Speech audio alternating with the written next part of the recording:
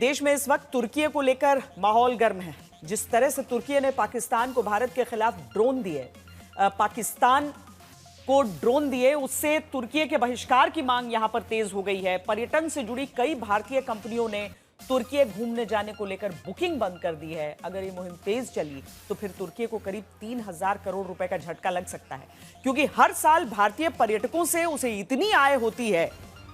जिस तुर्की को भारत ने भूकंप में खुलकर मदद की, वो इतना एहसान फरामोश क्यों हो गया? ये सवाल हर देशवासी के मन में है। विदेश मंत्रालय के प्रवक्ता से तुर्की और पाकिस्तान के नापाक गठजोड़ पर सवाल हुआ तो उन्होंने बताया कि चीन के साथ साथ तुर्की पर भी भारत की पूरी नजर।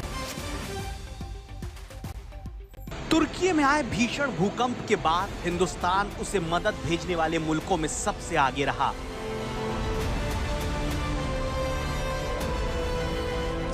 फिर तुर्की ने ऑपरेशन सिंदूर के दौरान पाकिस्तान की मदद क्यों की? क्यों उसकी तरफ से पाकिस्तान को अपने खतरनाक ड्रोन दिए गए, जिन्हें हिंदुस्तान ने ठिकाने लगा दिया?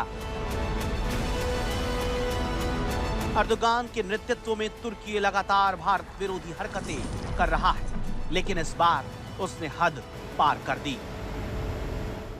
7 से 8 मई 2025 की रात को पाकिस्तान ने उत्तरी और पश्चिमी भारत में स्थित कई सैन्य ठिकानों को, जैसे कि अवंतीपुरा, श्रीनगर, जम्मू, पठानकोट, अमृतसर, कपूरथला, जालंधर, लुधियाना, आदमपुर, भटिंडा, चंडीगढ़, नाल, फलौदी, उत्तरलाई और भुज पर ड्रोन और मिसाइलों से हमला करने का प्रयास किया। इन हमलों को इंटीग्रेटेड काउंटर यूएस ग्रिड और वायु रक्षा प्रणालियों द्वारा निष्क्रिय कर दिया गया। अंतर्राष्ट्रीय सीमा और नियंत्रण रेखा पर लेह से लेकर सरक्रीक तक 36 स्थानों पर 300 से 400 लगभग ड्रोनों का इस्तेमाल घुसपैठ का प्रयास करने के लिए किया गया।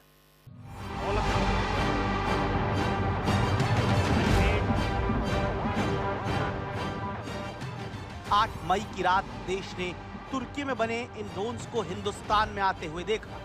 इतने बड़े पैमाने पर हवाई घुसपैठ का संभावित उद्देश्य हवाई रक्षा प्रणालियों पर परीक्षण करना और खुफिया जानकारी इकट्ठा करना था। ड्रोन के मलबे की फॉरेंसिक जांच में पता चला कि ये तुर्की के एसएस-गार्ड सोनगार्ड ड्रोन हैं। सोनगार्ड ड्रोन हथियार ले जाने में सक्षम यूएवी यानी मानव रहित हवाई वाहन है, जिनके पास टारगेट को पहचानने और उसे नष्ट करने की विशेष क्षमता है।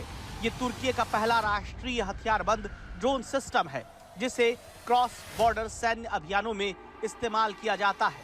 इसकी रेंज 5 से 10 किलोमीटर होती है। इसमें कैमरे और ऑटोमेटिक मशीन गन लगी होती है। इसे 2020 में पहली बार तुर्की की सशस्त्र सेना में शामिल किया गया।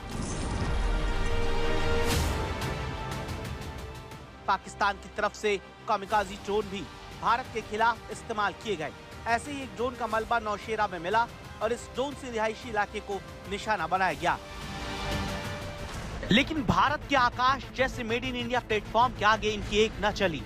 चाहे वो टर्किश ड्रोन्स हो या और कहीं के भी ड्रोन्स हो, हमारे काउंटर यूएस सिस्टम्स, हमारे ट्रेन्ड एयर डिफेंस ऑपरेटर्स पूरी तरह सक्षम हैं और हमारी देश की जो इंडिजिनस कैपेबिलिटी है काउंटर यूएस के लिए, उसने दिखा दिया है कि चाहे किसी भी तरह की टेक्नोलॉजी आ जाए, हम उसको काउंटर करने के लिए तैयार हैं। इस तरह तुर्की ने पाकिस्तान को भारत पर हमले के लिए ड्रोन दिए, तो वहीं उसके राष्ट्रपति ऑपरेशन सिंदूर के दौरान शहबाज शरीफ से बात करके तनाव बढ़ने पर चिंता जताते थे। लेकिन पहलगाम हमले पर एक शब्द अर्दोगान के मुंह से नहीं निकला।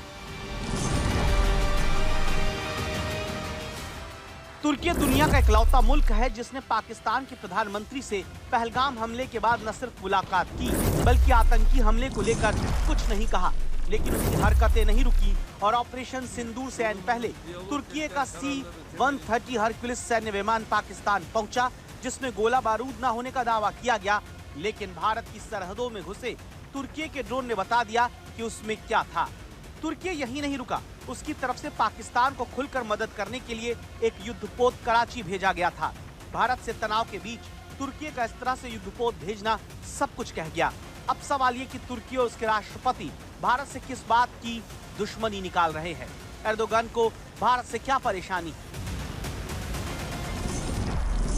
तुर्की के राष्ट्रपति रेसेप तैयब एर्दोगन अपने देश को मुस्लिम देशों का नेता बनाना चाहते हैं। इसी चाहत में वो कभी कतर की घेराबंदी पर सऊदी अरब को धमकाने लगते हैं, तो कभी गाजा पट्टी की घेराबंदी के दौरान वहां के फिलिस्तीन लोगों की मदद के लिए जहाज से सहायता भेजते हैं। कभी वो हाविया सोफिया को मस्जिद न बनाकर अपने आप को इस्लामी ताकत बनाने की कोशिश कर रहा है, तो कभी मुसलमानों के मानवाधिकारों के कथित दमन वाले मुद्दों को जोर शोर से उठाते हैं।